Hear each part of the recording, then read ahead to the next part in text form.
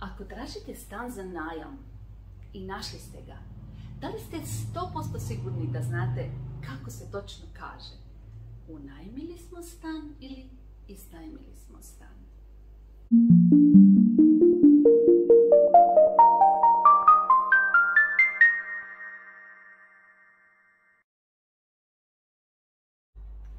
Dobrodošli!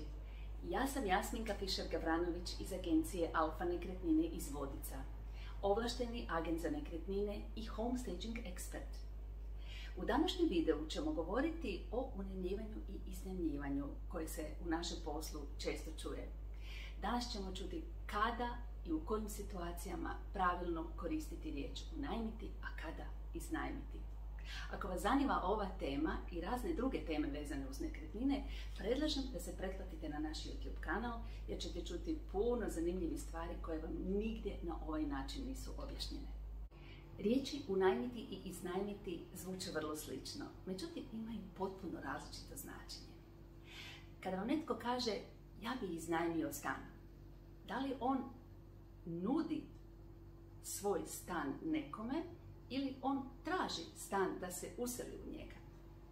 Ili sličan primjer kada vam netko kaže idemo u firmu koja se bavi rentakarom i mi bi iznajmili automobil pa bi se vozali preko vikenda po Jadranu.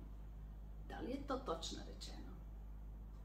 Da ne bi došlo do ovakvih nesporazuma u komunikaciji, važno je znati pravilno upotrebljavati te dvije riječi. Neće se ništa dogoditi i nije prestrašno ako ih ne znate pravilno upotrijebiti kada i gdje i u koje vrijeme. Međutim, da ne bi došlo do ovakvih nesporazuma u komunikaciji, važno je znati njihovo točno značenje. A točno značenje postiže se znanjem i znanjem neće doći do nesporazuma. Ako vas zanima kako se to u stvari pravilno koristi, poslušajte video do kraja. Kad govorimo o nekretninama, unajmiti ili iznajmiti se može sve, počevši od sobe, stana, apartmana, kuće, hotela, poslovnog prostora i sl. Isto tako ne moraju se unajmljivati i iznajmljivati samo nekretnine, to može biti brod, automobil, neka građevinska oprema, svašta. Uglavnom, riječ unajmiti znači dobiti pravo korištenja nečega na određeno vrijeme za novac. Jednostavnije rečeno, unajmiti znači uzeti u najam.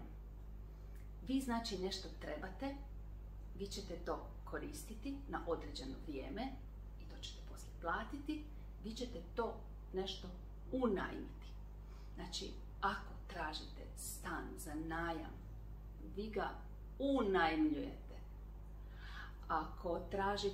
Ako imate poslovnu ideju, a nemate poslovni prostor i vi tražite poslovni prostor, vi ga unajmljujete. Ili ako ste student i tražite sobu ili neki veći stan, znači vi trebate stan, odnosno sobu za najam, vi ju unajmljujete. Znači kad vi nešto trebate, odnosno tražite u najam, vi to unajmljujete. Onaj koji nešto unajmljuje zove se unajmljivač ili najmoprimac. A sada o riječi iznajmiti.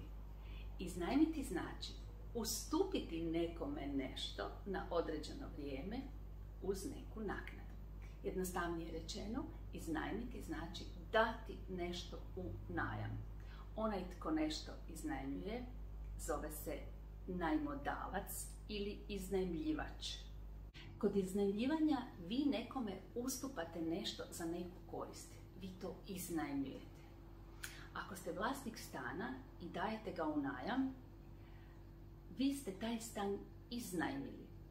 A taj podstanar koji je u stanu, on je taj vaš stan unajmio.